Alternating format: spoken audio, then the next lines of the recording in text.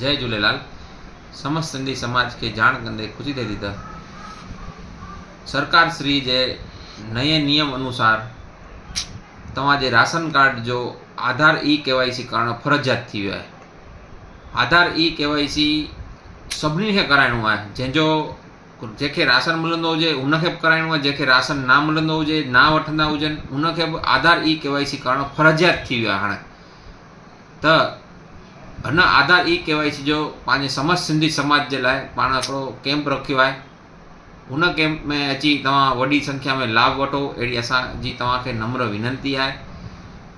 हीउ कैंप सुभाणे girls school में सुबुह मां 8:30 खां वठी चालू थी वेंदो ऐं हिन में डॉक्यूमेंट तव्हांजा राशन कार्ड, आधार कार्ड ऐं मोबाइल नंबर ऐं व्यक्ति हाज़िर रहणो ज़रूरी आहे। त अची हिन कैंप जो वॾी संख्या में लाभ वठो, अहिड़ी तव्हां सभिनी खे नम्र विनंती आहे। जय झूलेलाल।